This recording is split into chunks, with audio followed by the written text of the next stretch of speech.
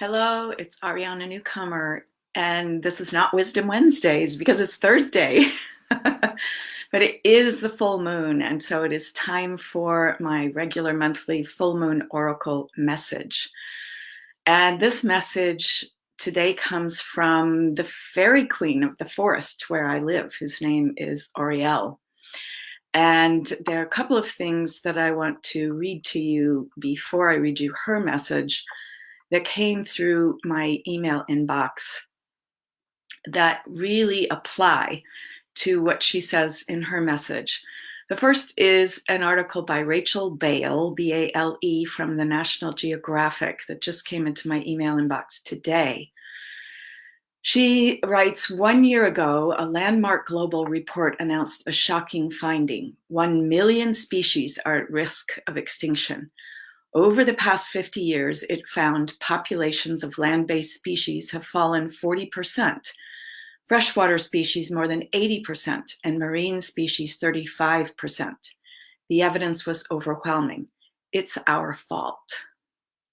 It can be hard to contemplate putting energy into environmental protection when global COVID-19 cases have surpassed 3.7 million.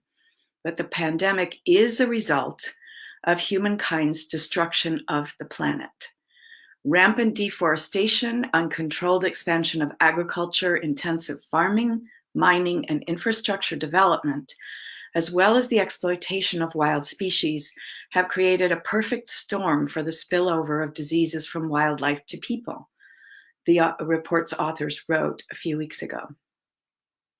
The authors issue a stark warning. Future pandemics will happen more frequently, will kill more people, and will cause greater economic damage unless we start recognizing the inextricable links between human health and the health of the planet, its ecosystems, and its non-human living creatures.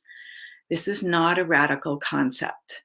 The framework of One Health, recognized by the CDC, the World Health Organization, and governments and organizations around the world, does just that. It's easy to think, especially for those of us who live in urban areas, that ecosystems are something separate from us. But the coronavirus crisis has shown that even people in the most advanced developed cities around the world are vulnerable when ecosystems are degraded. The bottom line is, when nature is sick, we're sick. So that's from the National Geographic. And no, this is not all doom and gloom.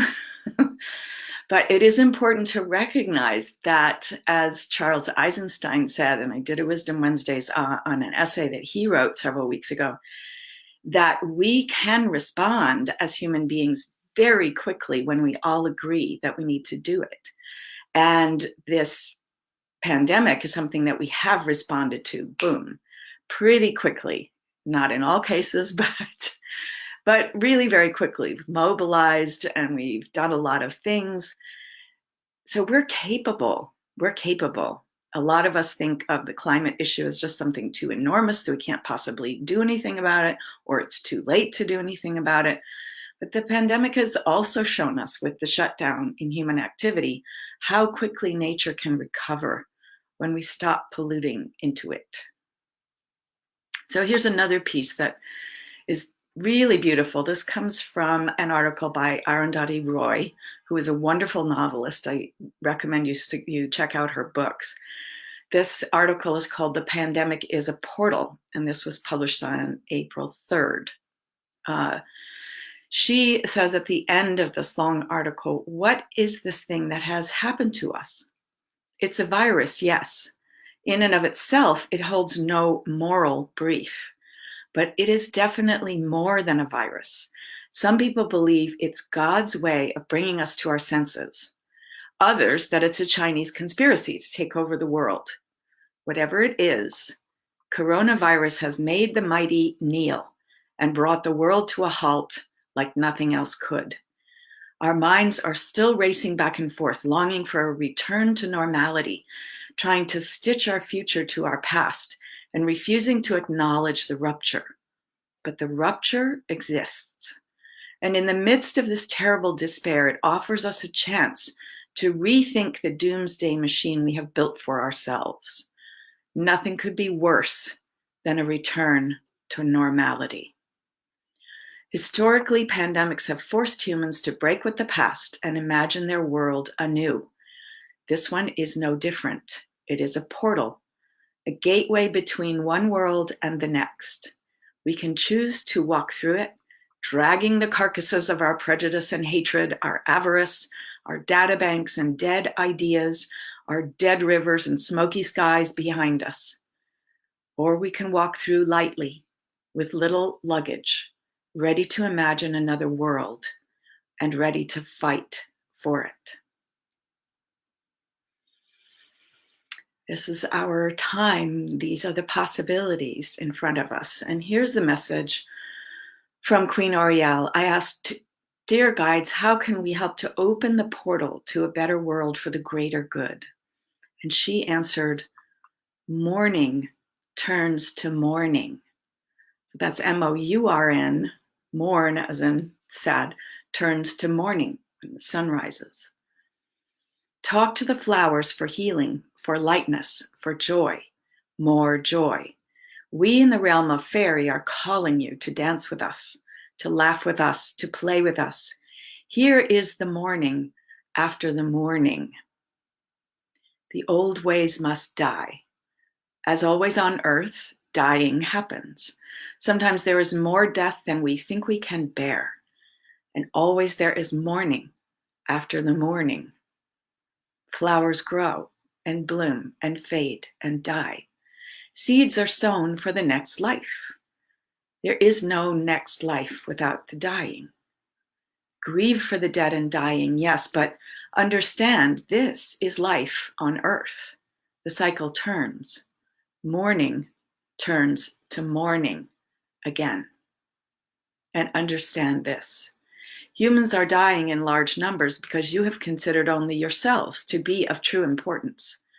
For mourning to turn to morning again, you must take your place amongst all beings. You must honor our earth as mother, giver of life, sustainer of life. You must come into balance with all on earth and with earth. Balance. Walking the knife edge of balance. You have jumped over into the swamp of overindulgence. Too many things that take too many resources to make and too much trash that results. Out of balance. Too much grasping for the next new thing. New, must have. No, you must not have. You do not need these things that have caused you to poison the waters, the soils, the airs, which of course poison you. But you don't just poison yourselves, you poison all on earth. We see you grieving. We understand you're grieving, yet we are pleased to see many humans dying. We are pleased to see you stopped from poisoning, from buying more things, from heedless overindulgence. Paring back, you in the so-called first world, is what you need to do. What do you truly need? Not another car, when the one you have still works well. Not another shirt when you have a closet full. You understand what we mean. And you will do more with less. You will do more for the greater good with less stuff. You will come play with the fairy realm when you are clearer because you have less stuff and less focus on getting more stuff. More stuff is killing you and killing all you depend on for your life. Your actual physical body's life. Respect for the web of life, for your part in it, for the greater good. This you must have. Adult humans are often so undeveloped. Me, I want, give it to me. I'm the most important. I deserve what I want. This is not a story that works, as you see. Even very small human children will share food. Reclaim this understanding. Be in respect with each other, with all life. Undertake to live and work and love for the greater good of all. We are waiting to dance with you on the other side. With you, not for you. We are not here to serve you humans. We serve the all that is. Come serve with us. This is the portal. It has opened. Walk through now. So many blessings to all of you who are doing all you can to begin to walk through this portal into a new world for the greater good. And for those of you who are called to come into a women's circle, to do the deep work, the inner work, and also the work for the collective that is necessary in these times, I invite you to join me for the Wise Woman Immersion. This is a small online group program, and we dive deep into our own next level of healing to claim our inner wisdom, claim our own particular approach to spirituality and develop that more, and to do a creative, wonderful, fabulous practice that you will be able to do for the rest of your life that will nourish and care for you. And we also do subtle activism practice in every class session to help heal the collective. That's a practice of sending our energy out to help support the greater good in the world in various different ways. So I'd love to talk to you about the immersion. I will put a link in the comments where you can book a time to talk with me about it. See you next time.